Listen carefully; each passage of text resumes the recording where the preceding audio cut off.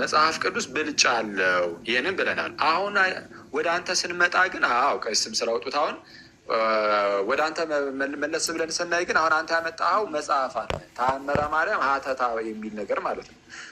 ስታመጣ የተአምሯን ከዛ ይበልጣል የሚመስል ነገር ከላይ ተቀምጧል ብያለሁ እና ኮንፊውዚንግ ነው ብዬ ነበር። ቀደም የምታስታውስ ከሆነ የሚያወዛግብ ነገር አለው። ግን ከታች ማብራሪያውን ካየ ነው ግን ማብራሪያው ላይ ያነጻጸረው ፐርሰኖቹን ስለሆነ እመቤታችንን ነቢያትና ሐዋርያትን ስለሆነ ከዛ አንጻር ከሆነ እመቤታችን በልጫላት። መጽሐፍቱን ግን እንደዛ ብለን አንቀበልም። መጽሐፍቱ ይበልጣል፣ የተአምረ ማርያም ከመጽሐፍ ቅዱስ ይበልጣል ብለን አናምንም ብያለሁ። ያመጣኸው ተአምረ ማርያም ምን ሳይሆን ሀተታ የሚል ሌላ መጽሐፍ ነው ያመጣኸው። ተአምረ ማርያም ሀተታ የሚል የተአምረ ማርያም ምን ቀጥታ መጽሐፉን ግን አይ ቲንክ ቀሲስ እሱን አውጥተውታል መሰለኝ። ኦኬ መቅድሙ ከነ ሀተታው የሚል ነው እሳቸውም። እሺ እስቲ ቀሲስ ይቀጥሉ እስቲ። ቴንኪው። ይሄ ተአምረ ማርያም ራስ የምጠቀምበት ነው። እኛ ቤተክርስቲያን ያለ ነው። ቅድም ቦርናጌን ያወጣው አሳታሚን ያሳተመው ይኸው ተሐትመ በእስራ ምዕት እንትን በ14 ነው አይደል? በእስራ ምዕት 2004 ነው እንደሚለው እሱ። እስኪ አንዴ ቦርናጌን 2004 ነው የሚለው 2014? እሺ ሌው አንዴ ላሳያችሁ እዚሁ ላይ 4 ምስል እሺ ጥሩ። ይሄ አሳታሚው ዛይተሞ ገብረ ስላሴ ብርሃኑ ዘብሔር አክሱም አዲስ አበባ ኢትዮጵያ ነው የሚለው። ኦኬ ተመልከቱት። አሁን አሳታሚ እዚህ ጋር እዩት። ጥሩ አንድ ነው የ2014 ነው የሚለው። ኦኬ አሁን ቅድም ያወጣኸውን ቃል ግን የኔን በትልቁ አድርገኝ። ቅድም ያወጣኸውን ቃል ስለው የነበረውን ይኸው እዚህ ጋር ይኸው ይሄ መቅድም ነው። መቅድሙ የሚጀምረው ከዚህ ጋር ነው። የዕለተ ሰንበት ነው። ይሄ እንደምታዩት በስመ አብ ወወልድ ወመንፈስ ቅዱስ አሐዱ አምላክ ወየጥን በረድኤተ እግዚአብሔር ጽሕፈ መቅደመ ተአምሪሃ ለማርያም ብሎ በአብ ስም አምኜ ብሎ ይላል። ከዛ መሀል ላይ ሃሌሉያ ንስግድ ለአበ ብርሃናት የሚለው ይዜማል። ወኢይምሰሎ ይኸው ወኢይምሰሎ ለኩሉ ክርስቲያናዊ ቀሊለ ሰሚዐ ተአምሪሃ ለማርያም እስመ አብይ ወክቡር ውእቱ ወኢይምሰሎ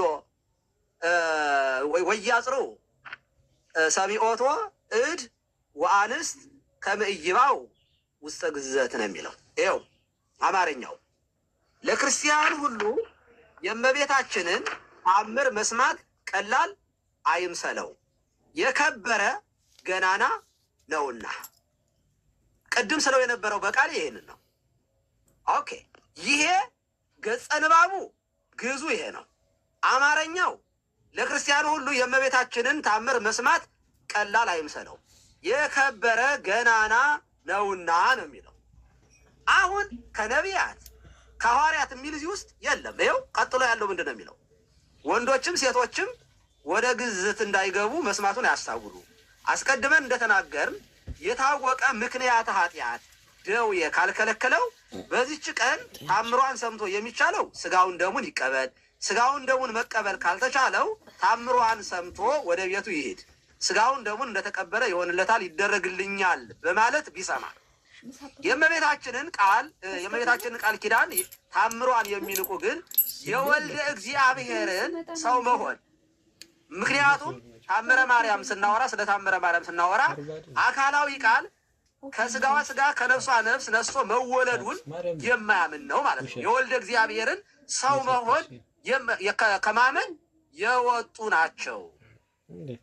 እሺ እስካሁን ድረስ የቅድሙን ዘር የለም። እስካሁን ከክርስቶስ ወገኖች ቁጥር ስንት ነው እሱ የሚያነቡት? ስንት ቁጥር ነው? ወርናጌ ቁጥር ስንት ነው? 44 አይደለም 57 ነው ያንብቡት። እሱ ቁጥር ነው። መቅድሞ ይኸውልህ ዘሩን ነው ወርናጌ ዘሩ ወይምሰሎ የሚለው ነው። 54 የለውም። ይኸው እንትኑን ነው የተረጎመው ቀሲስ። ቆይ ቃላቱን አሁን የትኛውንም ቃል ቢመጣ ተጽፎ መጽሐፍ ቢመጣ ገምግመን አይደል ምንቀበል? ሳንገመግም አንቀበልም። መገምገሚያችን ደግሞ መመዘኛችን መጽሐፍ ነው አይደለም። በመጽሐፍ ተጠቃቅሶ በመከራከር ይገባል። ቆይ እስማኤል የሚለውን ነው መምህር ስለመመዘኛ ምናምን ከማውራት መጀመሪያ እኔ አሁን የምፈልገው መጽሐፉ አንድ አይነት መጽሐፍ ነው የያዝ ነው። ያ መጽሐፍ ማን ያሳተመው የሚለውን እኔ ማጣሪያ እየፈለግኩ ነው። ማን ነው? ከየት የመጣ መጽሐፍ ነው ያ መጽሐፍ? መጀመሪያ ኦኬ እኮ እሱን እኮ ነው የምሎት። አሁን የኔ ሀሳብ አንድ ይረዱኝ። የኔ ሀሳብ አሁን ገድላት፣ ድርሳናት፣ መልካ መልክ እየተተረጎሙ ነው አይደል? ለምሳሌ መልካ ማርያም፣ መልካ ኢየሱስ እየተረጎመ ነው። ወንበር ግን የለውም። እንደነዚህ ሁሉ ታምረ ማርያምን ተርጉሞ አመጥቶት ከሆነ ከሚዛኑ ከትርጓሚያችን ከወንበር ካለቀቀ በአራቱ ጉባኤያት አይደል ምን መዝለው በሐዲስ በብሉይ በሊቅ በመነኮስ ማለት ነው። በእነዚህ ተመዝኖ ነው ብሉይም ሐዲስም መጽሐፍ የሚወጣው በአራቱ ወንበር ማለት ነው። በትርጓሜ ሲገባ ወንበር በአራቱ ነው የሚመዘነው። እና ይሄ መጽሐፍ ደግሞ የተረጎመው ምንድን ነው? እዚህ ላይ ወደ ላይ የሄዱ እስመ አብይ ወክቡር ግዕዙ ላይ እዛ ላይ መጀመሪያ እሱ ጋር ማለት ነው። ከዛ ቦርናጌ ይከፍተዋል። እናየውና ማይሆን ከሆነ እናስወጣዋለን።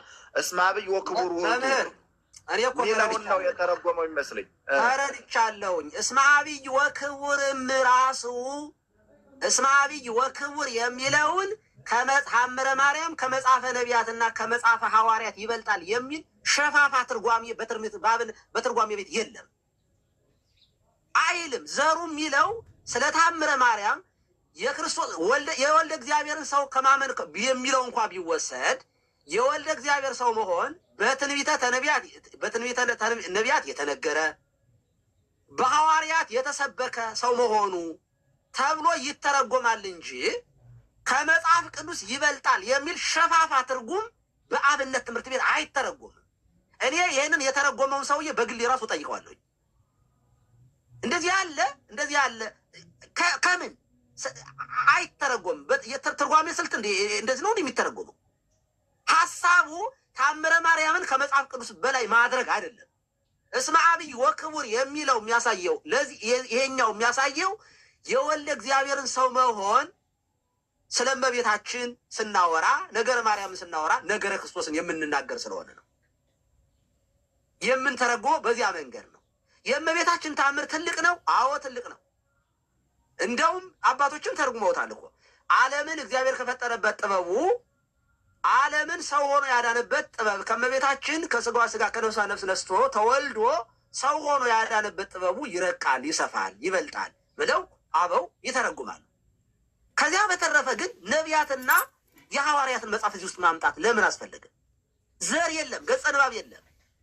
በትርጓሜም እንደዚህ ተብሎ ትርጓሜ አይብራራም። እኔ ያንን መጽሐፍ ማን ነው ያብራራው? እንደዚህ ብሎ የተረጎመው ማን ነው? አንድ እንፈልገዋለን። ይህን መጽሐፍ እሱ ላይ የለም። ቀሲ የለም። ይኸው ይህን እኮ ገጸ ንባቡ በየሳምንቱ ማነበው እኮ የለም። ይኸው የታምረ ማርያም ሙሉ ላንብላችሁ ከፈለጋችሁ። ይኸው መቅድሙ ይሄ ነው። የዕለተ ሰንበት መቅድም ነው። ይሄ የዘወትሩ እሱ ያለው የእንትኑን ፓርት ነው መሰለኝ፣ የሀተታውን ፓርት ነው እሱ ያነበቡ መሰለኝ። ይህ ነጠላው ላይማ በቃ ታምረ ማርያም ላይ የለም ተባለ እኮ። ልጁ የሚያነበው ምኑ ነው? ሀተታ ፓርቱን ነው። እና እኔ ሀተታ ፓርቱ ነው እያየሁት ነው። ሀተታ ፓርቱ ይሄ ነው። ሀተታው ፓርት ራሱ እንዲህ ተብሎ የሚተረጎም ገጸ ንባብ የለውም ነው እኮ የምለው እኮ። ሀተታ ፓርቱ ትክክል አይደለም ነው። እስመ አብይ ወክቡር የሚለው ሐዋርያትና ነቢያትን ጠቅሶ የሚያመጣ አይደለም ነው የኔ ጥያቄ።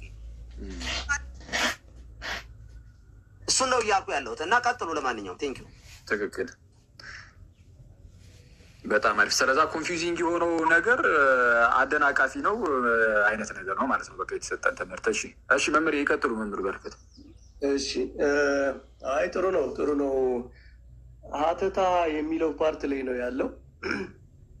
ሀተታ ደግሞ ቤተክርስቲያን እንዲህ ትላለች ብሎ ለመናገር አንድ ነገር ትራዲሽናል የሆነ በትርጓሜ ቤት የሚገኝ በአራቱ ወንበሮች የሚገኝ ትምህርት ሲሆን ነው እንጂ አሁን እኔ ነገ ተነስቼ የከበረ ገናና ነው ማለት ከነቢያትና ከሐዋርያት የበለጠ ነው የሚል መጽሐፍ ባሳትም የኢትዮጵያ ቤተክርስቲያን እንዲህ ትላለች ተብሎ ሊነገር ነው? እንደዛ አይባልም። ሲጀመር ይህንን መጽሐፍት የሊቃውንት ጉባኤ አይቶ ትክክለኛ ሀተታ ነው ብሎ ገምግሞ ያወጣው መጽሐፍ ነው ወይ ብለን እንጠይቃለን ማለት ነው። ስለዚህ ሀተታው ትክክል አይደለም። ምክንያቱም ከቤተ ክርስቲያኗ ትምህርት ጋር ስለሚቃረን ነው።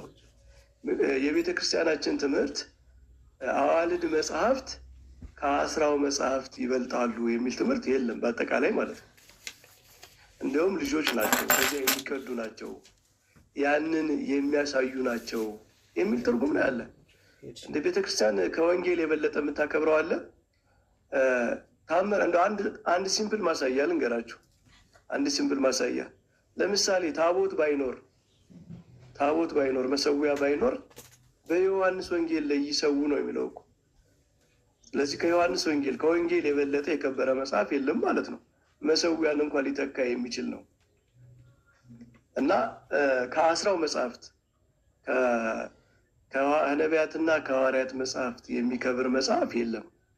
በእመቤታችን የተደረገው በሐዋርያትና በነቢያት ከተደረገው ይበልጣል ከሆነ ቅድም አኬ እንዳለው ትክክል ነው። እንደ ግልጽ የቤተክርስቲያን ትምህርት ነው። ከነቢያት ከሐዋርያት ትበልጫለሽ፣ በአንቺ የተደረገው በማንም አልተደረገም የሚል ትምህርት አላት ቤተክርስቲያን። መጽሐፉን እንደ መጽሐፍ ግን ከአስራው መጽሐፍት ጋር አወዳድሮ እንደዚህ አይነት ትርጉም እንደዚህ አይነት ትውፊት የለንም ማለት ነው። አታች ዝቅ ብሎ ቀሲስ ቅድም ሲያነቡት ምን ይላል? የእመቤታችንን ተአምር የሚያቃልሉ ግን ይላል። ስለዚህ የሚያቃልሉ ሰዎች ነበሩ አሉ። አሁንም ለእነሱ የተሰጠ መልስ ነው። አታቃሉት፣ የከበረ ገናና ነው ነው የሚለው መጽሐፉ። ከዚህ ተነስቶ ግን የከበረ ገናናነቱን ለማሳየት ከነቢያት መጽሐፍት በላይ ነው፣ ከሐዋርያት መጽሐፍት በላይ ነው የሚለው አተታ ይህንን አተታ የጨመረው ሰው አስተሳሰብ እንጂ የቤተ ክርስቲያኑ አስተሳሰብ አይደለም። እና እነ ቦርናጌን እንዲህ አይነት መጽሐፍትን ፈልፍለው ችግር ያለባቸውን መጽሐፍት ፈልፍለው አምጥተው ያሳዩናል። ያው እኛም እንግዲህ ስህተቱን እየለየን መቀጠል ነው የምንችለው ማለት ነው። እና በትርጓሜ በአራቱ ቅድም መምህር መንበረ ሲሉት ነበረ፣ በአራቱ የጉባኤያት አዋልድ መጽሐፍት ከአስራው መጽሐፍት ይበልጣሉ የሚል አለ? አንድ ንባብ ይገኛል? በፍጹም አይገኝም። እንደውም ሌሎቹ መጽሐፍት የእነሱ ማብራሪያ ናቸው፣ የእነሱ መተርጎሚ። እንደዛ የለም። ትርጓሜ የተሰራላቸው መጽሐፍት እኮ ማለት የበለጠ ከፍ ያሉት መጽሐፍት ተመርጠው ነው። ከመጽሐፍ ቅዱስ ጀምሮ እስከ መጽሐፈ ቅዳሴ እስከ መጽሐፈ መነኮሳት በኢምፖርታንሳቸው ነው ትርጓሜ የተሰራላቸው። ስለዚህ አብይና የከበረ ነው የሚለው ትክክል ነው። በቃ እዚህ ላይ ይበቃል። የከበረ ገናና ነው፣ አታቃሉት። በቃ ይሄ ነው መልእክቱ። ከዚህ በላይ ያለው ከሌሎቹ መጽሐፍት ጋር እያወዳደሩ ከአስራው መጽሐፍት ከሐዋርያት ከነቢያት መጽሐፍት ጋር እያወዳደሩ ይሄኛውን ከፍ ለማድረግ የተሞከረበት አተታ ግን አንደኛ ትራዲሽናል ያልሆነ በሌሎች መጽሐፍት በትርጓሜ ቤት የማይገኝ ኢኖቬሽን ነው፣ አዲስ ማብራሪያ ነው። አዲስም ቢሆን ግን ልንቀበለው እንችላለን። አበው አዲስ ነገር ሊያብራሩ ይችላሉ። አዲስ ነው ማብራሪያ የሚፈልግ ነገር ግን ስህተትም ነው። ይሄ ሊቃውንት ጉባኤ ገብቶ ይሄ የሚያልፍ ነገር አይደለም። ለምሳሌ የሊቃውንት ጉባኤ ቤት ውሰዱና እስኪ ይህን መጽሐፍ ተአምረ ማርያም ከነቢያትና ከሐዋርያት መጽሐፍ ይበልጣል ብለው ካሳለፉት ያን እንቀበለዋለን። በፍጹም የማይሆን ነገር ነው። መምህር ያውልዎት ይህ ሀሳብ ሲጀመር መቅድሙ የእኛ የኢትዮጵያውያን አጼ ዘርዓ ያዕቆብ ናቸው ይህንን መቅድም የጻፉት። እንደ ታምረ ማርያም የመጣው አጼ ዘርዓ ያዕቆብ መቅድሙ እንደሚናገረው ዘርዓ ያዕቆብ ዘተሰሜ ቆስጠንጢኖስ ተብሎ የተሰየመ ዘርዓ ያዕቆብ በነገሰ በ7 ዓመት እምነገር አረቢ ነው የሚለው። ከአረብኛ ወደ ግዕዝ ቋንቋ ለኢትዮጵያ ሰዎች እንደተተረጎመ ነው የሚተርከው። ነገር ግን እንደሚታወቀው በአጼ ዘርዓ ያዕቆብ ዘመን ደቂቀ እስጢፋኖስ የተነሱበት ዘመን ስለነበረ ለመስቀልና ለእመቤታችን አንሰግድም የሚል እንደዚህ ታምሯን ማቃለል የሚጀምሩ የዘመኑን አይነት ጴንጤ አስተሳሰብ የነበራቸው ሰዎች ነበሩ። ስለዚህ በውሳኔ አጼ ዘርዓ ያዕቆብ ውሳኔውን ካጸና በኋላ አንደኛ በየእሁዱ እንዲነበብ የሚያደረገ እሱ ስለሆነ ከዚያ ጊዜ ጀምሮ እመቤታችን የሚያቃልሉ ሰዎች ሲመጡ መቅድሙን ጽፎ የእመቤታችንን ታምር ማቃለል የወልደ እግዚአብሔርን ሰው መሆን ከማመን መውጣት ነው፣ ከክርስቶስ ወገኖች አይቆጠሩም ብሎ ያለው ለዚህ የወልደ እግዚአብሔር። ስለዚህ ደቂቀ እስጢፋኖስ ጥያቄያቸው ራሱ ለእነሱ ነው መልስ የተሰጠው። እመቤታችንን ታምር የሚያቃልሉ ስለነበሩ ነው። የእነሱ ጥያቄ ደግሞ ታምረ ማርያም ከነቢያትና ከሐዋርያት መጽሐፍ ይበልጣል አይበልጥም አልነበረም የእነሱ ጥያቄ ሲጀመር። ለእነሱ የተሰጠ መልስ እንኳ ቢሆን ለምሳሌ ይሄ ተርጓሚ ሰውዬ ግን የተረጎመው ሰውዬ ግን ከነቢያትና ከሐዋርያት መጽሐፍ ይበልጣል አይነት ትርጓሜ ሲሰጥ ደቂቀ እስጢፋኖስ ያነሱት ጥያቄ ይሄ ነበረ አይነት ይሆናል። ትክክል አይደለም። አውዱን ያልጠበቀ እነሱን ጀስቲፋይ የሚያደርግ ነገር እኮ ነው እንደው ኤግዛክትሊ። አሁን እነሱ ታምረ ማርያም ከነቢያትና ከሐዋርያት ይበልጣል እንደሚልና ያንን እንደተቃወሙ ለዚያ መልስ ሀተት አድርጎ እንደሰጥ አድርጎ ይህን ሰውዬ የምቆጥረው ይሄ ሰውዬ መጠናት አለበት። ሲጀመር ባይዘው እዚህ ውስጥ ብዙ ማውራት አልፈልግም እንጂ የገብረ ስላሴ እንትን የዛክሱም ይሄ ታምረ ማርያም ብዙ ጉድለቶች ያሉበት ነው። እውነት ለመናገር አይቼዋለሁ እንግዲህ በስነ ስርዓት ማለት ነው። በቅርብ የታተመ ነው። በይዘቱ በጣም ሰፊ ነው፣ ብዙ ነው እና አንዳንዴ ይሄንን ምንም ዝም ብሎ በቃ ትንሣኤ እንትን ብርሃንና ሰላም ያላሳተመው በቤተ ክርስቲያኗ ያልታተሙ መጽሐፎች ሲጀመር ቤተ ክርስቲያን የምትጠየቅባቸውም ኃላፊነት የምትወስድባቸውም አይደሉም። ሞል ተበላ አንዳንድ ነጋዴዎች ታቀሙ የቤተ ክርስቲያን መጽሐፍ እያመጣችሁ የምትቆነጻጽሉ ወደፊት እንከሳለን፣ እንደው ምን ጠይቃለን በቤተ ክህነት። ማን ነው ይህንን የተረጎመው? ተርጓሚው ራሱ ማን ነው? ማን ነው የተረጎመው? ዝም ብሎ ያመጣል፣ ያሳትማል። እንዲህ ያለ የተንሻፈፈ ትርጓሜ መስጠት ራሱ ማብራሪያ መስጠት ራሱ ትክክል አይደለም። ይሄንን ማንም አይደለም የሚሞግተው፣ እራሳችን ነው የምንሞግተው። ኮንቴክስቱን ያልጠበቀ አውዱን ያልጠበቀ ደቂቀ እስጢፋኖስ ያላሉትን ያልጠየቁትን ጥያቄ አምጥቶ ሰውዬ ለእነሱ አጋዥ በሚሆን መንገድ ነው ያብራራው። ይህንን ደፍረን ነው የምንናገረው።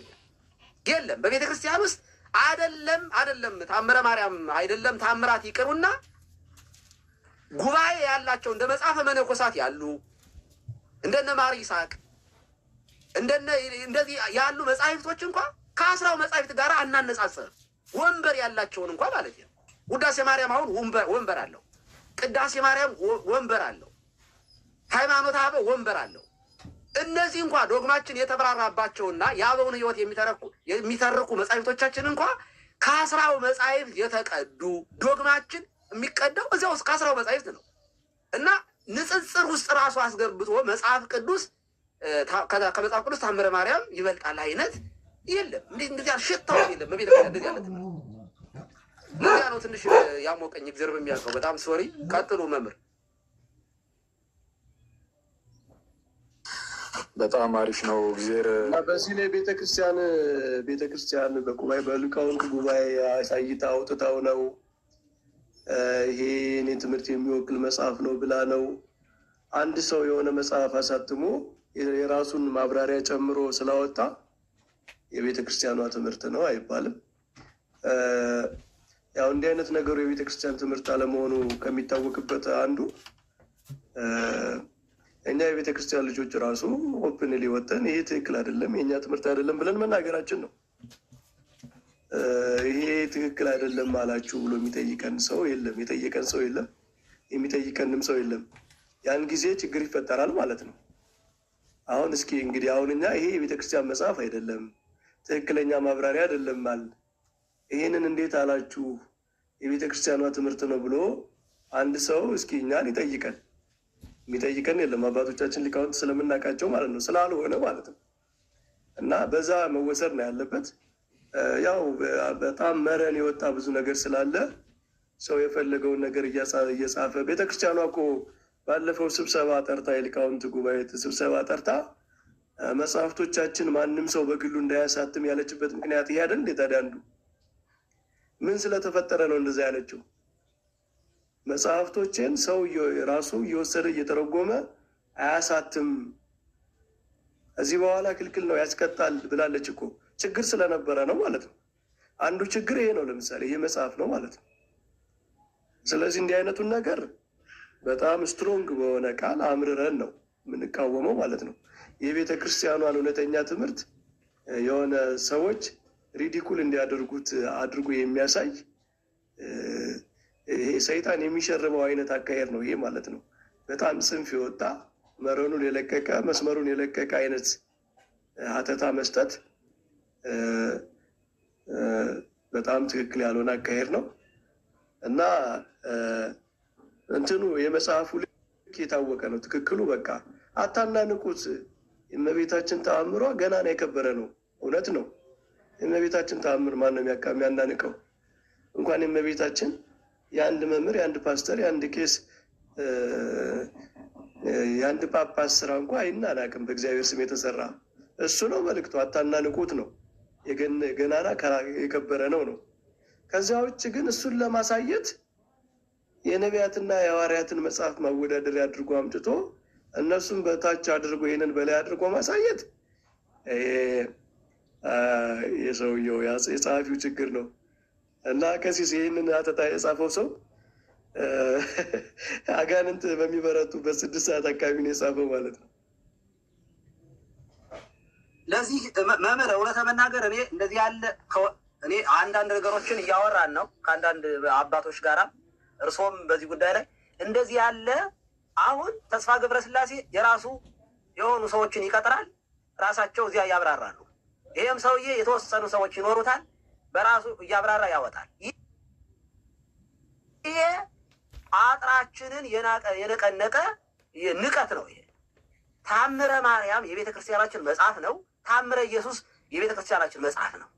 ማብራሪያ ይኸውልህ፣ ሲብራራ ገጸ ንባብ አለ። መጀመሪያ ገጸ ንባቡ በጥሬው ይተረጎማል ወደ አማርኛ። ከተተረጎመ በኋላ አውዱን ለምሳሌ ታሪካዊ ይዘቱን የተጻፈበትን ይዞ ይብራራል እንጂ ገጸ ንባብ ከገጸ ንባብ ወጥተህ የሌለ አውድና ከታሪክ ውጭ የሆነ ነገር አምጥተህ ያልተባለ ነገር መጽሐፉ ሲጻፍ የተጻፈበትን አውድ ጠብቀህ ነው የምታብራራው እኮ አይደል? ማብራሪያ ሲጻፍ ትርጓሜ ወንጌል ለምሳሌ ሲተረጎም የምንተረጉመው እኮ ጌታችን ወንጌሉን ሲያስተምር መጽሐፉ ዮሐንስም እንደሚነግረን በጥራዝ በቀላሉ መንገድ ሰዎቹ ሊረዱት በሚችል መንገድ መንፈስ ቅዱስ ገልጦለት ጻፈው። ነገር ግን በጊዜው ጊዜ ጌታ ይህንን ሲያስተምር ይህንን ያለበት ምክንያት እንዲህ ያለ ታሪካዊ ሁኔታዎች እንደዚህ ሆን ነበሩ እና ጌታ ይህንን ያለበት ምክንያት እንዲህ ያለ ጥያቄ ስለነበረ እንዲህ ተብሎ ተጠይቆ ስለነበረ እንዲህ ብለው ለጠየቁት ሰዎች እንዲህ ብሎ መለሰ ተብሎ አውዱን የጠበቀና ታሪኩን የጠበቀ ሆኖ ይብራራል እንጂ ማብራሪያ ከገጸ ንባብ የወጣ ከታሪኩ የለቀቀ ማብራሪያ ይሄ የድኩማን ማብራሪያ ትክክል አይደለም። እንዲህ ያሉ በድፍረት የሚተረጉሙትን ሰዎችን ከዚህ በኋላ ምሕረት አይኖርም። እኛ ራሳችን ነው ዲፌንድ ማድረግ ያለብን። አንዳንድ ነገሮችን እንደዚህ የተጣመሙ ነገሮችን ለማቅናት ማትሞክሩ። ቤተክርስቲያን ያላለችው እስከሆነ ድረስ ግለሰብን ጠበቃ ሆነን የምንከራከርበት ምንም ምክንያት የለም። የግለሰቡ ራሱ አእምሮ ፈጥሮ የጻፈውን ማብራሪያ እኛ የመቀበል ግዴታም ስለሌለብን ቤተክርስቲያኗ ካብራራቸው ከተረጎመችው ምን ለማለት ነው ብለን እንደ ልጅ እንጠይቃለን። ምንም ችግር የለውም። ቤተክርስቲያኗ የተረጎመችው ራሷ ቤተክርስቲያኗ በሊቃውንት ጉባኤ ያብራራችው ማብራሪያ የወንበር ትምህርት ከሆነ ወንበር ላይ ቁጭ ብለን ነው የምናጠና የምንማረው። ኦኬ፣ ቁጭ ብለን እንማራለን፣ እናጠናለን፣ እንጠይቃለን። ግለሰብ ዝም ብዬ እኔም ደስ ያለኝን አምጥቼ እንደ በግሌ የሆነ ነገር ማብራራ ከሆነ ማን ሲጀመር ማን የቤተ ክርስቲያኗን መጽሐፍን እንዳብራራ በዚህ ደረጃ ገጸ ንባብ ለቅቄ ታሪክ አውዱን ለቅቄ እንደተረጎም ማን ፈቀደልኝ? ሮንግ ነው። እንደዚህ ያለ አካሄዶች ወደፊት በፍጹም አንፈቅድም። ትክክል አይደለም። መጠንቀቅ ከየትኛውም ጊዜ በበለጠ ከዚህ በኋላ ጥንቃቄ ያስፈልጋል። ኦኬ፣ ስህተቶች የታሪክ ስህተቶች ካሉ ይታረማሉ። ባይዘው የታምረ ማርያምም ይሁን ከዚህ ቀደም የታረመ መጽሐፍ አለ። አሁን ለምሳሌ ከታምረ ማርያም ላይ የወጣ በቅዱስ ሲኖዶስ ደረጃ ከፍትሐ ነገሥቱ አንድ አንቀጽ የሆነች ወኢይሲሙ ጳጳሳት የኢትዮጵያውያን የሚል የኢትዮጵያውያን ለራሳቸው ጳጳስ አይሹም የሚለው ወጥቷል። ከታምረ ማርያም ስለ የሆነ እዚህ ጋር መናገር አልፈልግም፣ የሆነ ወጥቷል። አሁንም ስህተት ካለ ባይዘው አይደለም ማብራሪያ ታምሩ ላይ ራሱ ታምር ተብሎ ገጸ ንባብ የተቀመጠ ጥሬ ቃል ራሱ ካለ ስህተት ከሆነ የሚታረም መጽሐፍ ነው። ባይዘው የታምረ ማርያም ይሄ ራይት አላት ቤተክርስቲያን የማረም ማለት ነው። ቋንቋውን ልታርመው ትችላለች። የታሪክ ስህተቶች ካሉ ሊታረም ይችላል። የማይታረም የማይሳሳት የማይነካ መጽሐፍ አይደለም። ገድላት ታምራትን ድርሳናትን በተመለከተ እንዲህ ያለ ነገር ግን እኔ በጣም ነው ያዘንኩኝ። ብዙ በትርጓሜ ቤት በመጠኑ ቢሆን እንዳለፈ ሰው ነው የማወራ። ትርጓሜ ገጸ ንባቡን ጠብቆ ታሪክና አውዳዊ የነበረውን ነገር ይዞ ይተረጎማል፣ ይብራራል እንጂ አዲስ ፈጠራ እኮ አይደለም። ትርጓሜ ማለት ባይዘው አዲስ ምርምር፣ አዲስ ግኝት ማለት አይደለም። ማብራሪያ ማለት የነበረው ታሪኩ ይሄ ታሪክ የነበረበት ቦታ ላይ ሆኖ ታሪካዊ ይዘቱን ይዞ ማብራራት ማለት ነው እንጂ የታምረ ማርያም የደቀ እስጢፋኖስን ጥያቄ ታምረ ማርያም የለማ ታምረ ማርያም ከነቢያትና ከሐዋርያት መጽሐፍ እበልጣለሁ ይላል፣ ይሄ ትክክል አይደለም ብለው ደቂቀ እስጢፋኖሳውያን ይህንን ጥያቄ አላነሱም። ይህ አይደለም ጥያቄያቸው። እንዳው እዚያ ወካዕበ አሰብቆ ለዘ ቅዱስ መስቀል የሚለውም የተደረሰው በኋላ ነው። ባይዘው ለመስቀልና ለእመቤታችን ስግደት አይገባም የሚሉ ነበሩ። ኦኬ፣ ከዚያ ወካዕበ አሰብቆ ለዘ ቅዱስ መስቀል ጽኑዕ ስልጣን ዋሂል ብሎ ይሄ ድርሰት ታምረ ማርያም መቅድሙ እነዚህ ነገሮች በአፄ ዘርዓ ያዕቆብ ጊዜ ውሳኔ ንጉሱ ሰጥቶ የተጻፉ ናቸው። ኦኬ፣ ታምረ ማርያም የከበረ መጽሐፍ ነው፣ ምንም ጥያቄ የለው። እመቤታችን መልዕልተ ፍጡራን መትሕተ ፈጣሪ ናት። እሷን የሚያክል ከፍጡር የለም ከመላእክትም። ምክንያቱም ወላዲተ አምላክ ናት። ፈጣሪዋ ልጄ የምትል ከፍጥረት ማንም የለም። ፈጣሪ እናቴ የሚላት ፍጡሩን እናቴ የሚላት ፈጣሪ ብቻ ነው። ድንግል ማርያም ናት እናቱ፣ የፈጣሪ እናት ናት። የፈጠረችውን ነው የወለደችው። ስለ እመቤታችን ለማብራራት እውነት ለመናገር ታምረ ማርያምም የሚገልጣትም አይደለችም። መጽሐፍ ቅዱስ እንኳ እሷን እንደው ዲቴል የሚያብራራ ነው ብለን አናምንም። የተጻፈው መጽሐፍ ቅዱስ ስለ ክርስቶስ፣ ስለ ወንጌል፣ ሰው ስለሚድንበት ስለሆነ በቂ የሆነ ስለ እመቤታችን መጽሐፍ ቅዱስ ያብራራል። ከዛ በተረፈ እንደዚህ ያለ የሌለ ነገር መች ስለ እመቤታችን መች አውርተን መች ጨረስ ነው? መች እንደ ቅዱስ ኤፍሬም አሐዝ ጊዜ ዋግደ ጸጋከ መች አለን? መች ተብራራ ውዳሴ ማርያሙ? መች ቅዳሴ ማርያሙን መች ጠንቅቀን መች አወቅ ነውና ነው። እና ይሄ በጣም እውነት ትክክል አይደለም። ለአንዳንድ ነገሮች ዝም ብላችሁ ወጥታችሁ ማብራሪያም እንዳሰጡ ሌሎቻችሁ ቀጥታ ባለቤቱ መጥቶ ያብራራል። የቤተ ክርስቲያኗ ትምህርት ከሆነ ብቻ ነው እኛ ጠበቃ ቆመን የምናብራራው። ግለሰብ ዲበኩሉ ያብራራውን አትጣሉ እዚህ ጋር። ምክንያቱም እኔ ራሴ ዲቤት እኔ ራሴ ልሞግታችሁ እችላለሁ። ይህን ነው ማለት የምፈልገው። ቴንኪው። ይቅርታና እንደው ያለ ታሪም ከሆነ እንጃ ዝም ብዬ ገባሁኝ። ብዙ ሰዎችም ስላላቸው ላይ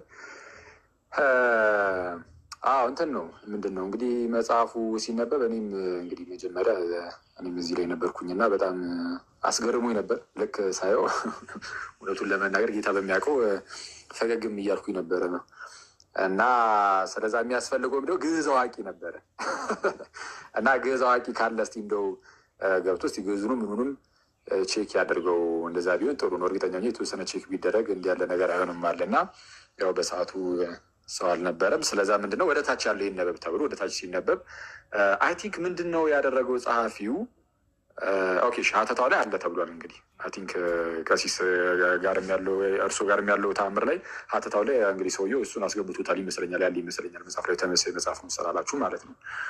እና ምንድነው ነገሩ ሰውየው ሀተታው ላይ አይደለም የሚያስገባው ማለት እንግዲህ እኚህ መምህሩ ሲተረጉሙ ሀተታው ላይ አይደለም ራሱ ይሄ ከነቢያት ከሐዋርያት የሚለውን ያስገቡት ቀጥታ የመጀመሪያው ላይ ነው። መግቢያው ላይ ከነቢያት ከሐዋርያት መጽሐፍት ይበልጣል የሚመስል ነገርን አስቀምጠው በጣም ኮንፊውዚንግ ነው። ኦኬ እሺ ምንድነው ልክ ቅድም እንዳልኩት መጽሐፉን ሰማሁ እኔ ይህንን መጽሐፍ አላውቀውም፣ ግን እስቲ የሚያውቅ ሰው ካለ ይሄድበት ብዬ ነበር እና መጽሐፉ እንኳንም እንደዚህ ቦልድሊ እንኳን ተነገረለት።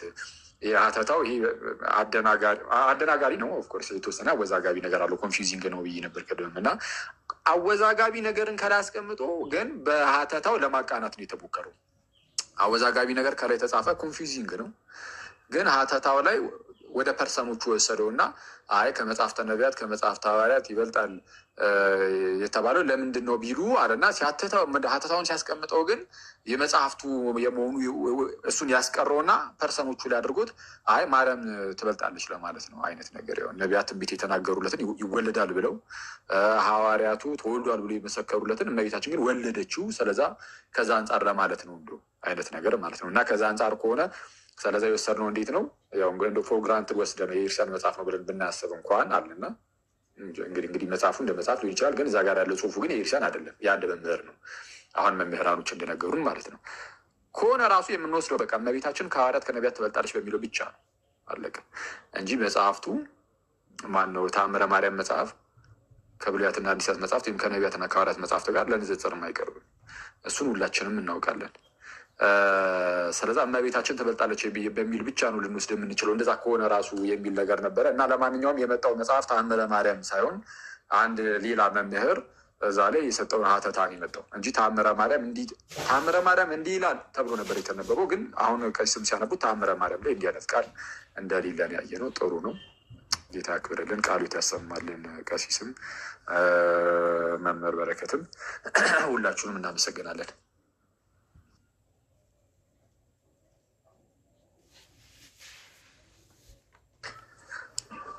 ስለዛ ያው ያለፊታችን ተነበር ማለት ነው።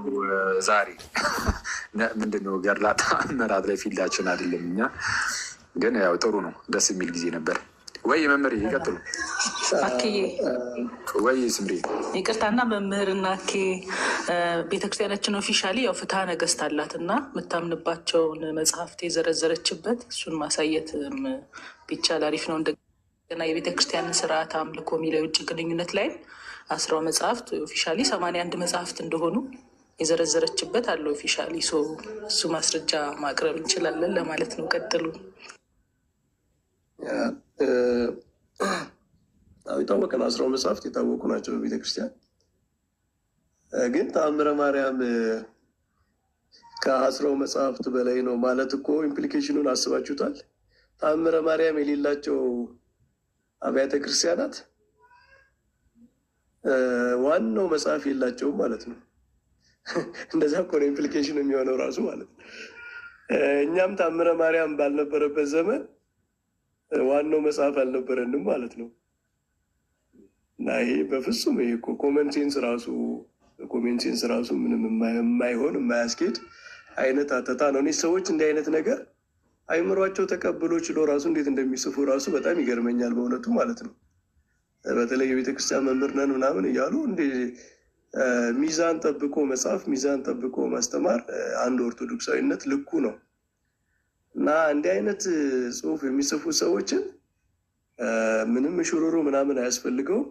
በቃ ትክክል አይደላችሁም ማለት አለባቸው። ከዚህ በኋላ መጽሐፍትን ኮሜንታሪ እያሉ ማብራሪያ እያሉ አተታ እያሉ የሌለ ነገር የሚጨምሩ ሰዎች እንዲህ አይነት ነገር እንደሚገጥማቸው እያወቁ መጻፍ አለባቸው እና መነገር አለበት። እንደ አባቶቻችን በጣም ለእያንዳንዱ ነገር ነው ዋጋ የከፈሉት እና እንዲህ አይነት ስህተት ጽፎ ሰው ዝም ብሎ የሚታለፍ አይደለም። እንደዚህ አይነት ስህተት 10 መጽሐፍት እንደ አባቶቻችን እኮ 10 መጽሐፍት እኮ አጸባ ዘመን ቢመጣ ዘመን አጸባ ቢመጣ የችግር ዘመን ቢመጣ መጽሐፍቱ ቢጠፉ እንኳ እያሉ በቃላቸው ይዘው ፊደላቸውን ቆጥረው የማቴዎስ ወንጌል ይህን ያህል ቃል ነው ያለው፣ የሉቃስ የማርቆስ እንደዚህ ነው ያለው እያሉ ለክተው በልባቸው ዘመን እንደው መጽሐፍቱ ቢቃጠሉብን አላውያን ነገስታት መጥተው መጽሐፍቶቹን ቀምጠው ቢያጠፉብን እንኳ ከልባችን እንዳይጠፉ ብለው ይዘዋቸው በትርጓሜ በቃላቸው የሚያስተላልፏቸው እኮ ናቸው። በጽሁፍ ብቻ በወረቀት ብቻ ሳይሆን በቃል በአይምሮ ተይዘው የሚተላለፉ መጽሐፍት ናቸው እነዚህ መጽሐፍት ማለት ነው።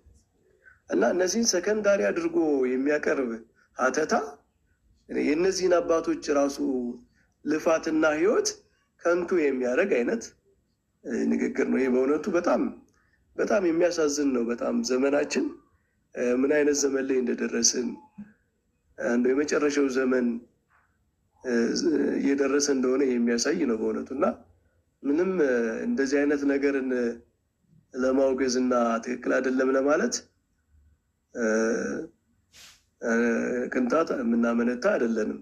ምክንያቱም የቤተ ክርስቲያን ወርቃማ የሆነውን ትምህርቷን፣ ወርቃማ የሆነ የመጽሐፍት አረዳዷን፣ ወርቃማ የሆነ በመንፈስ ቅዱስ የተዘጋጀውን ነገር ሰዎች በዚህ እየለኩ እንዲሸሹት የሚያደርግ አይነት ምስል ነው እና እኒህን ነገሮች መቃወም ይገባናል። አባቶቻችን እዚህ ስራ ላይ የተጠመዱ አባቶች አሉ። ሊቃውንት ጉባኤ መጽሐፍትን ያያል፣ ይገመግማል። አሁን ይህ ስራ ተሰጥቶታል፣ እያገዝናቸው ነው ብዬ ነው የማስበው። እኒህን ነገሮች በመጠቆም እነሱ ሁሉን ነገር መስራት እንደው ጊዜም ስለማይበቃቸው እንዲህ ማገዝ አለብን። በቃ እንደዚህ አይነት ነገር ጥያቄ የሚፈጥሩ ስህተት ናቸው እኛ ስህተት ናቸው ብለን ነገ አባቶች ተነስተው ስህተት አይደሉም ቢሉ እኮ እንቀበላለን። የእነሱ ማብራሪያ የሚያሳምንን ማብራሪያ የሊቃውንቱን ማብራሪያ ባይገባን እንኳን እንቀበላለን። ግን እስካላሉ ድረስ እና እኛ በተማርነው በተረዳነው ነገር ስህተት እስከሆነ ድረስ ነግረን ስህተት ነው ብለን ለሊቃውንቱ ማመላከትም ይገባል። እነሱን ማገዝ ነው ብዬ ነው ማስበው እና እኔ እንዲህ አይነት ነገሮች ትክክል አይደሉም፣ ትክክል አይመስሉኝም። ቢያንስ በእኔ መረዳት ትክክል አይደሉም። ያላውዳቸው የተነገሩ የቤተ ክርስቲያንን መረዳት የሚያዛቡ ናቸው ብለን ማቅረባችን ቤተ ክርስቲያን ላለባት በጣም ብዙ ስራ ጥቂት ሰዎች ሊቃውንት ውስጥ ያሉ ጥቂት ሰዎች ሁሉን ነገር ሊሰሩ አይችሉም። ጊዜም ያንሳቸዋል። የተቆጠበ ሊሚትድ የሆነ ጊዜ ኢነርጂ ነው ያላቸው እና በዚህ መንገድ እናግዛቸዋለን ብዬ ነው ማስበው እና ይህንን ያው በትክክል መናገር አለብን። የሌለ ትራዲሽናል ያልሆነ ነገር ከሆነ በቃ እዚያ ላይ ያቆማል እኮ። በቃ ትራዲሽናል ያልሆነ በትውፊት የሌለ ነገር ከሆነ አዲስ ነገር ነው። አዲስ ነገር ከሆነ የሆነ ነገር ደግሞ ገና ለመለካት የተዘጋጀ ነው፣ ለመመዘን የተዘጋጀ ነገር ነው እንጂ ቤተክርስቲያን ትምህርት ነው ተብሎ የሚነገርም አይደለም። አዲስ መሆኑ በራሱ ገና የሚታይ ነገር ያደርገዋል፣ የሚለካ ነገር ያደርገዋል እንጂ ቤተክርስቲያኗ እንዲህ ትላለች ተብሎ ለመነገር አያበቀውም። እና ይህንን ለመናገር ነው። ጥሩ ነገር ነው። ያው እንግዲህ ወደ በጎ እንቀይረዋለን። ሰዎቹ ቤተክርስቲያንን ለመክሰስ የቤተክርስቲያንን ትምህርት ለማጣጣል የሚያመጡትን ነገር እኛ ለበጎ አድርገን እንቀይራለን። በጣም አሪፍ ነገር ነው ያነሱ መምህር። አንዲት ነገር ብቻ ልጨምርና ወደ እናንተ ልምጣ። በጣም የሚገርማችሁ ነገር ለአንሳ እዚህ መጽሐፍ ላይ አሳታሚው ተስፋ ማን ነው? ገብረስላሴ ብርሃኑ ነው። ይህ ሰውዬ ነጋዴ ነው። ማህተሚያ ቤት ያለው አክሱም ማህተሚያ ቤት ያለው ነጋዴ ነው። ማብራሪያ ሲጽፍ ያብራሩ ሰዎች ያብራሩ እገሌ ለምሳሌ የቤተ ክርስቲያኗ መጽሐፍ የእምነትና እንትኗን ስርዓቷን የገለጹት ጳጳሳቱ ሊቃውንቱ ተዘርዝረዋል። አሁን እዚህ ማብራሪያ ላይ ማን ነው ባለቤቱ? የዚህ ማብራሪያ ባለቤት ማን የሚባሉ ተርጓሚ ናቸው። ተጠያቂነት የሌለበት ስማቸው እንኳ የለ። ከዚህ በኋላ እኔ እግዚአብሔር ምስክሬ ነው እንከታተላለን። ሲያብራራ አብራሪው ማንነቱ መታወቅ አለበት። አንደኛ ማን ያብራራው? ይሄን አብራሪዎች፣ ተርጓሚዎች እገሌ ተጠያቂነት መኖር አለበት። አንደኛ ታምረ ማርያም የቤተ ክርስቲያን መጽሐፍ ነው። ግለሰብ ወስዶ ሊያብራራው አይገባም። የተቋሟን መጽሐፍ ማንም እየወሰደ ማንም ይተረጉም። ከዚህ በኋላ ለምትጽፉ ሰዎች እኔ ሪከርድ አድርጉት ይሄንን ቃል ራሴ እኔ ዲቤት እገባለሁ። ከዚህ በኋላ የምታሳትሙ የቤተ ክርስቲያኗን መጽሐፍ የምታሳትሙ ሰዎች ከተቋሟ ውጭ ማለት ነው፣ በግላችሁ ለንግድ ለቢዝነስ እንደፈለጋችሁ በአፕሊኬሽን እንዲህ በጣም እኮ በሚያሳዝን ሁኔታ ግለሰቦች ናቸው በቃ የሚሸረችሩት። ቢያንስ ተጠያቂነት ሊኖርባችሁ እንደሚችልና እኛ ራሳችን ልንሞግታችሁ እንደሚችል አውቃችሁ አምጡት፣ ጻፉ ስትጽፉ እንጂ እኔ ግለሰብ የጻፈውን ሁሉ እየመጣው እዚህ ዕቅበተ እምነት ላይ ክርክር ውስጥ አልገባም። እኔ የምጠብቀው ቤተክርስቲያኗንና የቤተክርስቲያኗ ያለችውን እላለሁኝ፣ ሊቃውንቱ ያሉትን እንላለን። ግለሰቦችን ግን ዲፌንድ ጭምር ነው የምናደርጋቸው። ይሄ የቆየ የቤተክርስቲያን ትራዲሽን አለ። በቅኔያችን፣ በአቋቋሙ፣ በዜማው ይሄ እንደዚህ አይልም፣ ትክክል አይደለም ብለን እንደምንለው ሁሉ ለሚጽፉ ሰዎችም ይሄ ትክክል አይደለም። ወረቀት ስላገኛችሁ ብቻ ዝም ብላችሁ ፕሪንት እያደረጋችሁ የምታወጥ ሰዎች ካላችሁ ዲቤት ለመደረግ እነ መምህር በረከትን ጭምር ለመሞገት እየተዘጋጃችሁ ጻፉ። ጸሐፊ ስለሆኑ ነው፣ ይቅርታ። እርሶ አብራሪ አይደሉም። በጣም ግሩም ጸሐፊ ናቸው መምህር በረከት፣ እግዚአብሔር በሚያውቀው። ግን ማርያምን እውነቴን ነው፣ እኔ በተቋም ደረጃ የቤተ ክርስቲያኗን መጽሐፍ የራሳችሁ ገጸ ንባብ ሳይኖር እስመ አብይ ወክቡር ውእቱ የሚለውን ወስዶ ነቢያትና ሐዋርያት በመድኃኔ ዓለም እንደዚህ ያለ በትርጓሜ ተተርጉሞም ተብራርቶም አይታወቅም ከቶ። ስለዚህ አንደኛ ገብረ ስላሴ ብርሃኑ እነማን ናቸው? መጽሐፍቶችን የሚያብራሩልን እነማን ናቸው? የሚያዩልህ አንድ ይህንን ጠይቁልን የምታውቁት ሰዎች በቅርብ ካልሆነ እኔ ወደ ጠቅላይ ቤተ ክህነት የገድላትን የድርሳናትን ጉዳይ የያዙ ሰዎች አሉ። ለእነሱ ነገር ሪፖርት አድርጋለሁ።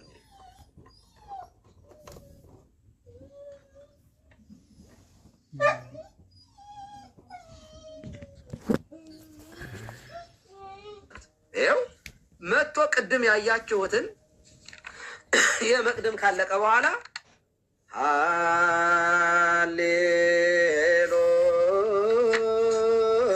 ሃሌሉያ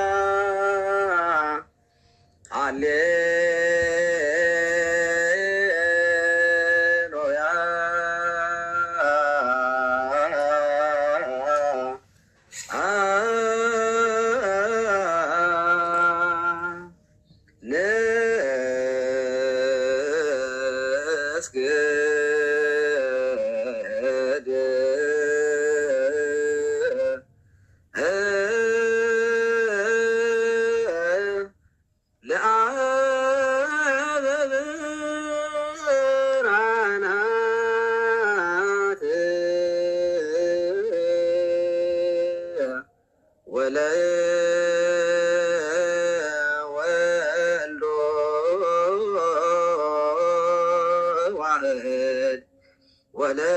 ወለመንፈስ ቅዱስ በራቅሊጦስ ስሉስ እሩይ። ምን ማለት ነው? ይኸው ዓለም ሳይፈጠር የነበረው ዓለምን አሳልፎ የሚኖር ማለት ነው። ሃሌሉያ ማለት የተካከሉ ሶስት ለሚሆኑ ብርሃናትን ለፈጠረ ለአብ ለአንድ ልጁም ለሚያጸናን ለመንፈስ ቅዱስም እንስገድ አንንሆነው ይላል። አሁን ይላል እና ይሄ ዜማ ከተዜመ በኋላ እንደምታዩት ይሄ በሙሉ በዜማ የሚባል ነው። እስከዚህ ድረስ ይኸው እስከዚህ ድረስ እዚህ ጋር ዛቴ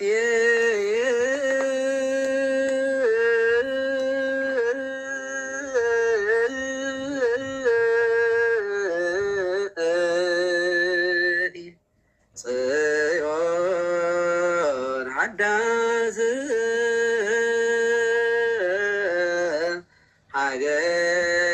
ሀገረ አምላክነ ዛደረ ላዕሌሃ ፍስሐ ኩሎሙ ነቢያት ቅዱሳን ብሎ ወይምሰሎ ለኩሉ ክርስቲያናዊ ቀሊለ ሰሚያት አምሪያ ለማርያም እስመ አብይ ወክቡር ውእቱ ወኢያጽርዑ ሰሚዖቶ እድ ወአንስት ከመ ኢይባኡ ውስተ ግዝረት ይላል። አሁን ይህንን ነው ቅድም ስንነጋገርበት የነበረ ቃል በቃል ለክርስቲያን ሁሉ የእመቤታችንን ታምር መስማት ቀላል አይምሰለው፣ የከበረ ገናና ነውና። አሁን ይህችን ነው እዛ ጋ ወስዶ የከበረ የምትለዋን እኮ ነው እስመ አብይ የምትለዋን ሁሉ መጽሐፍ የከበረ ነው ብሎ ይወሰዳት ማለት ነው። እኔም እኮ ቅድም ስል የነበረ ይሄ ያስኬዳል ወይ እስመ አብይ ወክቡር የሚለው ከመጽሐፍን እንዴት አድርጎ አምጥቶ ነው ከነቢያትና ከሐዋርያት መጽሐፍ ይበልጣል የሚለው እስመ አብይ ወክቡር የሚለው እንዴት አድርጎ ተርጉሞት ነው የሚለው። በጣም አሁን እንግዲህ የከበረ ገናና ነውና የምትለዋን እኮ ነው ወስዶ ከነቢያትና ከሐዋርያት መጽሐፍት ሁሉ ይበልጣል ብሎ ከዛ ምን አተት አስገባ። እመቤታችን ነቢያት የሰበኩትን ይወለዳል ይወርዳል ይወለዳል ብለው፣ ሐዋርያት ደግሞ ተወለደ ተሰቀለ ዓለምን አዳነ ቤዛ ሆነ ብለው ያስተማሩትን የሰበኩትን ስለወለደችላቸው ብሎ እስመ አብይ ወክቡር ውእቱ እንዲል ብሎ የዘጋው ማለት ነው። እሱ ማብራሪያ ደግሞ የሚመጣ ይኸውልህ፣ እሱ ማብራሪያ የሚብራራው መልዕልተ ፍጡራን መቴተ ፈጣሪ ለምንድን ነው የምትባለው? ለምንድን ነው ከፍጡራን በላይ የተባለችው ሲባል ነቢያት ትንቢት የተናገሩለትን ሐዋርያት በስሙ የሰበኩለትን ይወልዳለችና የነቢያትን የሐዋርያትን የመላእክትን ሁሉ ፈጣሪ ወልዳዋለችና መልዕልተ ፍጡራን እንላታለን። እንዴ ይሄ እኮ ምንም ጥያቄ የለውም። እና ይሄ የሚብራራው እዚህ ላይ ነው። እመቤታችን ለምን እናከብራታለን? ለምን መልዕልተ ፍጡር እናትላት ከተባለ እንዴ ማን ሊወዳደራት ነው? ማን? ነቢያትን? ነቢዩ ኢሳያስን እናወዳድረው? መልአኩን አምጥተን እናወዳድረው? አናወዳድርም። ምክንያቱም የፈጣሪ የመላእክት የነቢያት የፈጣሪያቸው እናት ናት። እናቴ ያላት ናት። ስለዚህ የአምላክን እናት ከማን ጋር እናወዳድራለን? በመኑ ወበአምሳለ መኑን አሰማሰለኪ ብሏል እኮ። በምን እንመስላታለን እንዴ?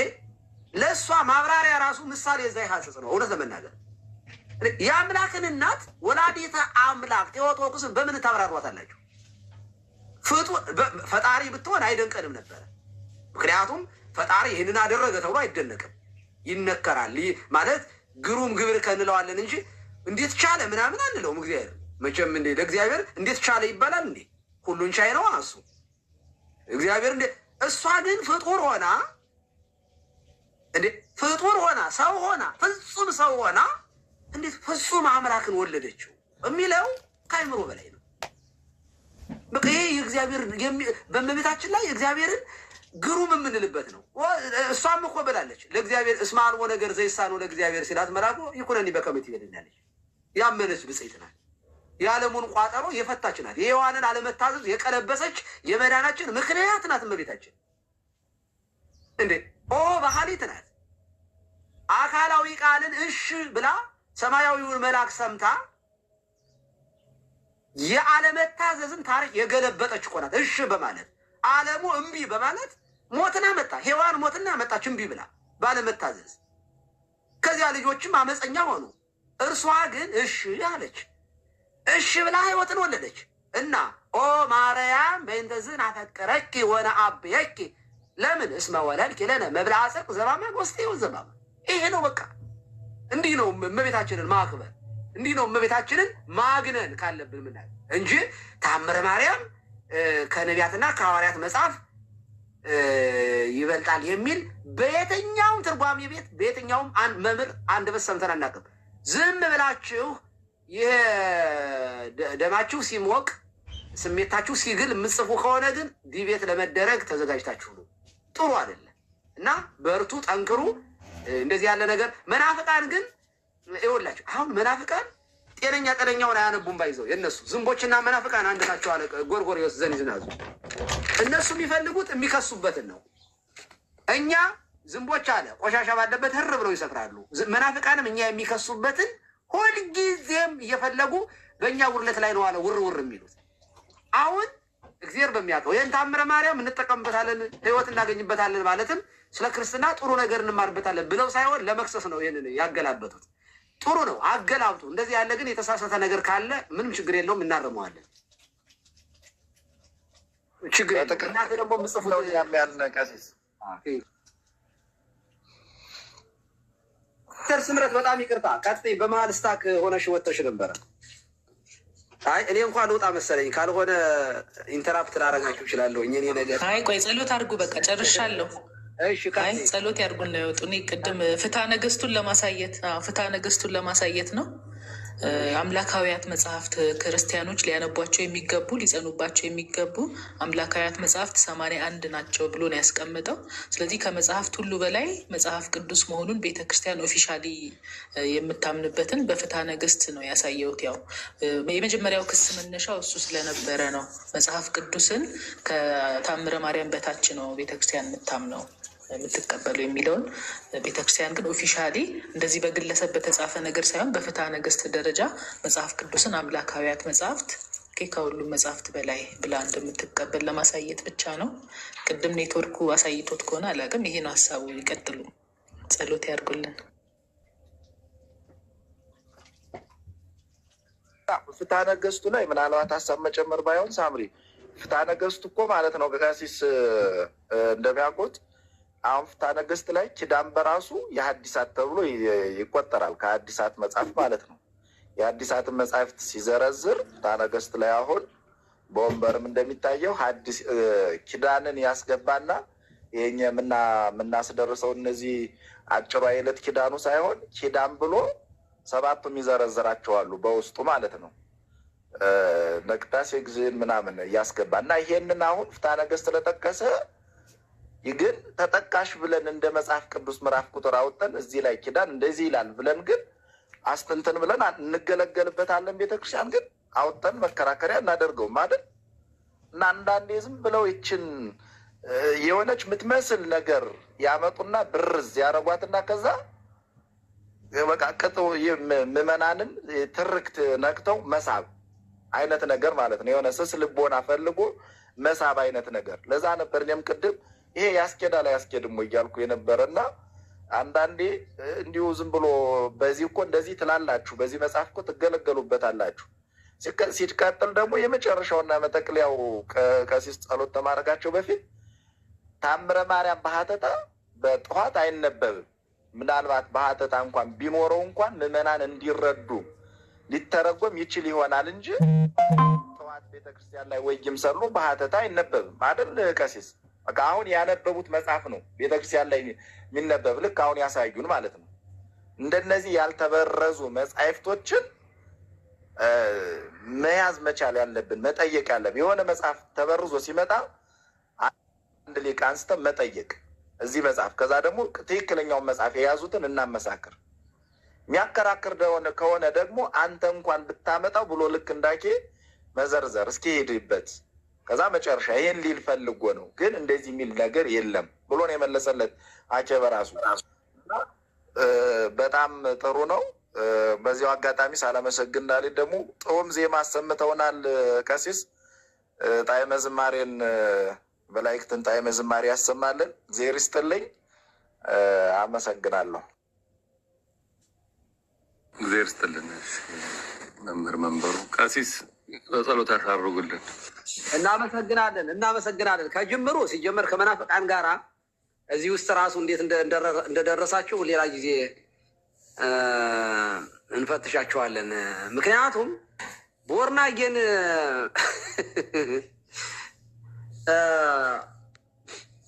አትናቴዎስ ማን ነው ሲባል ደቂቀ እስጢፋኖስ የሚል ሰውዬ እኮ ነው፣ ታስታውሳላችሁ። እና ታምረ ማርያም ሲጀመር እኛ ከመናፍቃን ጋራ ገድላት፣ ድርሳናት እነሱን ጭራሽ አይመለከታቸውም።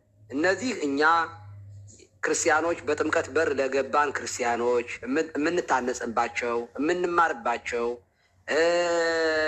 ናቸው። መናፍቅ የሚጠበቅበት መጽሐፍ ቅዱስ በመጽሐፍ ቅዱሱ ወይንም ደግሞ ዶግማውን ተምሮ መጠመቅና ክርስቲያን መሆን ነው።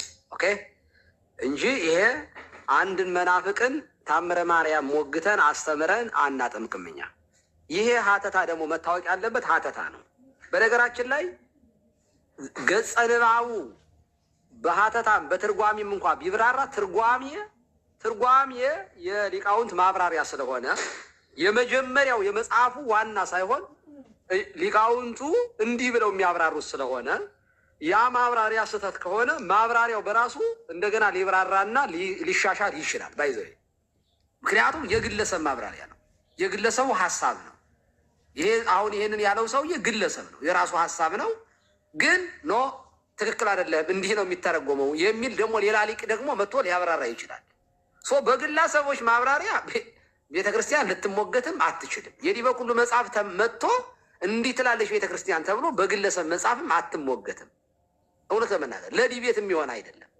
እንደዚህ ያሉት ነገሮች ከመናፍቃን ጋር እኮ የሆነ መጽሐፍ ቅዱስ ጥቅስ ይመጣና ያ ጥቅስ ማን ነው እንዲህ የተረጎመው ሲባል የአባቶችን ጥቅስ ዮሐንስ አፈወርቅ እንዲህ ብሎ ተርጉሞታል፣ ቄርሎስ እንዲህ ብሎ ተርጉሞታል፣ ሌላም አባት እንዲህ ብሎ ተርጉሞታል ብሎ አንተ ግን የተረጎምከው በራስህ ነው፣ አባቶች እንዲህ ብሎ አላብራሩም ተብሎ ይሞገታል እንጂ ታምረ ማርያም ደግሞ ከታምረ ማርያም ደግሞ ማብራሪያ አምጥተህ እንዲህ ትላላችሁ ማለት ይሄ አላዋቂነት እንደሆነ በዚህ አጋጣሚ እንድታውቁ ነው። እኛ ግን ምንም አይነት መጽሐፍ ቢመጣ እናብራራለን። መጽሐፍቶቻችን እንቁዎች ናቸው። ገድላቶች፣ ድርሳናቶቻችን በጣም የተብጠረጠሩ ናቸው። በጣም የምንማርባቸው ናቸው። እንዲህ ግን በእነዚህ መጽሐፍቶቻችን ላይ ግን መጥቶ የግሉን የሚያብራራ ካለ እሱን ራሱን እንዲያብራራ እናደርገዋለን፣ ወይንም ሰውየውን ራሱን እናብራረዋለን። እንደዚያ ነው የምናደርገው። ስለዚህ ጥንቃቄ ይፈልጋል። በተለይ የቤተክርስቲያንን ትምህርት የቤተክርስቲያን መጽሐፍት የሆኑትን በግላችን ወስደን በግላችን ልንጠቀምባቸው የእውነት ለራሳችን የራሳችን አድርገን ልንቸበችባቸው አይገባም። ይህ በጣም በእውነት እንደው ቤተክርስቲያኗ ተቋሟ እንደው እየቀለደ ነው እንጂ የራሷን መጽሐፍ ማን ነው መጥቶ የሚያብረረው? ሊቃውንት ጉባኤ አለ። ይህ ትክክል አይደለም እና ወደፊት ጥንቃቄ እናደርጋለን። ቦርናዬ ግን እባክህ ተወለድ፣ ወደ ቤትህ ተመለስ፣ የቤተ ክርስቲያንን ትምህርት በደንብ ተማር። እንደዚህ ያለው ማብራሪያ ይዘህ ከምትሰናከል መጽሐፍ ቅዱሱን ብትቀበል፣ ያመነ የተጠመቀ ይድናለው። አምነህ ብትጠመቅ ብትድን እኔ በጣም ምኞቴም ጸሎቴም ነው። የዋህ ሞኛ ሞኝ ነገር ትመስለኛለህ። እንደ የዋህነትህ እንወድሃለን፣ ግን ያለህበት ዓለም ምንፍቅና ውስጥ ስለሆነ ከምንፍቅና እንድትወጣ እንጸልይልሃለን። ስለነበረን ጊዜ አምላካችን እግዚአብሔር ስሙ የተመሰገነ ይሁን። አምላከ ቅዱሳን እግዚአብሔር ሕይወታችንን ይጠብቅ፣ ቤተክርስቲያናችንን ከአጽራረ ቤተክርስቲያን ይጠብቅልን። የእመቤታችን የወላዲተ አምላክ የቅድስት ድንግል ማርያም ጸሎት፣ ልመና፣ ቃል ኪዳን ይደርብን። ፍቅሯን በልቡናችን ጣዕሟን በአንደበታችን ይሳልብን። ጸጋውን ክብሩን እንዳይነሳን ትለምንልን ዛሬም ዘወትርም ለዘላለሙ አሜን። አቡነ ዘበሰማያት አባታችን ሆይ በሰማያት የምትኖር ስምህ ይቀደስ፣ መንግስትህ ትምጣ፣ ፈቃድህ በሰማይ እንደሆነች እንዲሁም በምድር ትሁን። የዕለት እንጀራችንን ስጠን ዛሬ፣ በደላችንን ይቅር በለን እኛም የበደሉንን ይቅር እንደምንል። አቤቱ አባት ወደ ፈተና አታግባን ከክፉ ሁሉ አድነን እንጂ መንግስት ያንተ ናትና፣ ኃይል፣ ክብር፣ ምስጋና ለዘላለሙ አሜን። እመቤታችን ቅድስት ንጽሕት ድንግል ማርያም ሆይ በመልአኩ በቅዱስ ገብርኤል ሰላምታ ሰላም እንልሻለን። በሀሳብሽ ድንግል ነሽ፣ በስጋሽም ድንግል ነሽ። አሸናፊ የልዑል እግዚአብሔር እናት ሆይ ሰላምታ ላንቺ ይገባሻል። ከሴቶች ሁሉ ተለይተሽ አንቺ የተባረክሽ ነሽ፣ የማኅፀንሽም ፍሬ የተባረከ ነው። ጸጋን የተመላሽ ቅድስት ሆይ ደስ ይበልሽ፣ ልዑል እግዚአብሔር ከአንቺ ጋር ነውና ከተወደደው ልጅሽ ከጌታችን ከመድኃኒታችን ከኢየሱስ ክርስቶስ ዘንድ ይቅርታንና ምሕረትን ለምኝልን ኃጢአታችንን ያስተሰርይልን ዘንድ ለዘላለሙ አሜን። ኦ ተወካፌ ንስሐ ንስሐን የምትቀበል ወስራይ ኃጢአትን የምታስተሰርይ ጌታዬና አምላኬ መድኃኒቴ ኢየሱስ ክርስቶስ ሆይ የኔንም ኃጢአት የወገኖችንም ኃጢአት ይቅር በል። እያወቅን በድፍረት ሳናውቅ በስተት ከልጅነት እስከ እውቀት በአልዮ በነቢብ በገቢር ከሰራ ነው ኃጢአት ሁሉ የማይሰራ ኃጢአት እግዚአብሔር ፍታ፣ እግዚአብሔር ይባርክ። ሰላም ደሩ፣ ተባረኩ። አባታችን ሰላም አመሰግናለሁ። አዳም ግን አለ አለው። ቀሲስ እኔ ዘጋዋለሁ። ኧረ ተው ኖ አይ የሆነ ስራ ይዞ ነው እዚህ መጽሐፍ እንደ አብራችሁ ነው የምትኖሩት? ኧረ ተጋለ ሰላም ደሮሽ። እኔ ደግሞ የተለየ ሞዴሬተር ካለ እንዴት እኔ ሳይሰጠኝ ልል ነበር። በቃ አምልጧል። ሰላም ደሩ